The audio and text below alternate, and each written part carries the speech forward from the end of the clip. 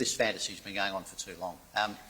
In terms of the budget, the reason that we have additional revenue and headroom in our operating statement at the moment is because the economy is much stronger than what was first predicted. In fact, state revenues will be up more than $400 million over the forward estimates. GST is up around $600 million over the forward estimates because of the stronger national growth as well. Now, in terms of Ms White's commitments, $1.3 billion worth of recurrent spending, noting that I'd put ours at $800, will push the budget back into deficit almost immediately based on the numbers that were in the pre-election financial outlook. But if I could, said you had. But if I could just make the point, look, I'm sorry, you said $1.3 billion in recurrent, 1.1 in capital.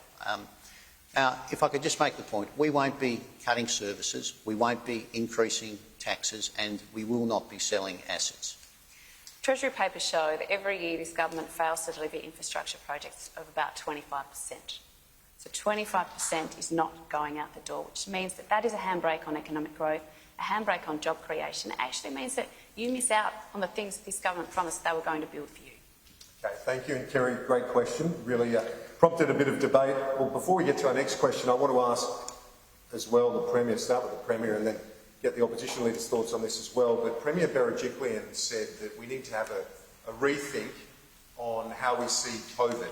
This state has benefited so well from international tourism. She's talking about once the vaccinations have been delivered.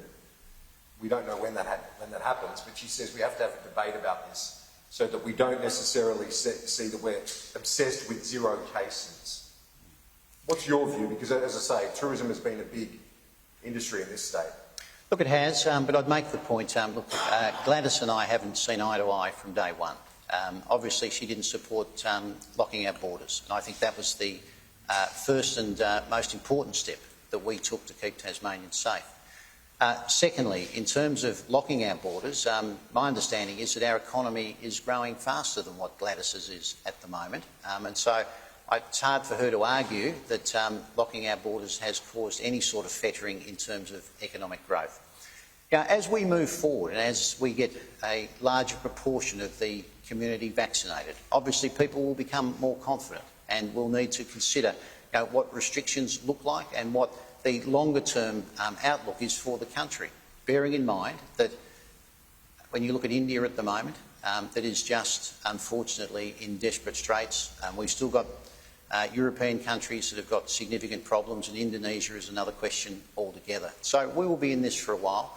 My view is that the sensible, responsible steps that we have taken in terms of our borders and in terms of responding when there have been outbreaks in other states is the way that we should continue to manage this for at least the near-term future.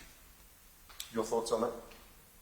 Well, we have a very strong tourism industry in Tasmania. About 17% of direct and indirect employment in Tasmania is because of tourism and hospitality, and has struggled a lot. But the opportunity Tasmania has is to promote itself as somewhere safe. And I think that will continue to be something we can capitalise on. We need to make sure we keep everyone in our state safe, as well as provide an opportunity for other people to come here. Now, when it comes to what happens with borders, the public health advice is very clear around that. It has kept Tasmanians safe, and we need to make sure that we continue to do what's necessary, particularly in lieu of there being a comprehensive vaccine rollout.